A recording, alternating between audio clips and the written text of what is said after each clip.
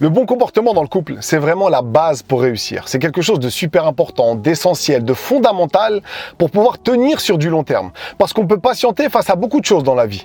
Un manque de moyens, un physique qui se dégrade, une belle famille à histoire. Mais accepter au quotidien un sale comportement, c'est vraiment quelque chose de très dur.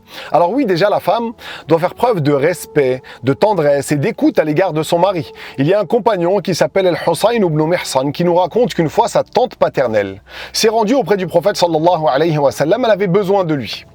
Suite à cela, le prophète la questionne. Est-ce que tu es mariée? Elle lui répond oui. Le prophète lui demande, mais comment tu es avec ton mari? Et là, lui dit, je ne lui désobéis pas, sauf si je n'en suis pas capable.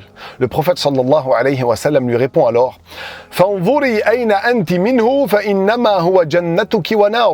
c'est-à-dire, regarde comment tu es avec lui, car il est certes ton paradis et ton enfer. En d'autres termes, il est une cause pour que tu gagnes l'un ou l'autre. Mais la bonté dans le couple ne marche pas que dans un sens. L'homme aussi doit agir en bien. Allah nous dit dans le Coran, dans Sourate An-Nisa, وَعَاشِرُوهُنَّ بِالْمَعْرُوفِ, c'est-à-dire vivez convenablement avec elles, avec vos femmes.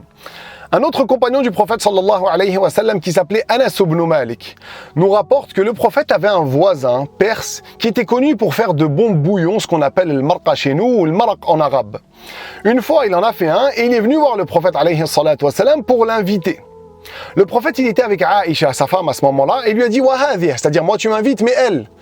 Son voisin lui a dit non. Alors le prophète lui a dit non, c'est-à-dire il ne vient pas. Le Perse, le voisin perse, est revenu une deuxième fois pour inviter le prophète sallallahu alayhi wa sallam pour déguster ce bouillon. Le prophète lui dit, il est encore avec Aïcha, Wahadhi, et elle. Son voisin lui dit non. Alors le prophète lui dit non, je ne viens pas. Ensuite, il revient une troisième fois pour inviter le messager d'Allah sallallahu alayhi wa sallam. Il était encore avec sa femme Aïcha et lui dit Wahadhi, et elle. Et là, le voisin lui dit oui. Alors le prophète se lève avec Aïcha et ils vont ensemble manger ce bouillon. Ici, on voit que le prophète sallallahu alayhi wa sallam ne voulait pas laisser sa femme seule. Peut-être qu'elle était affamée, qu'elle avait faim elle aussi.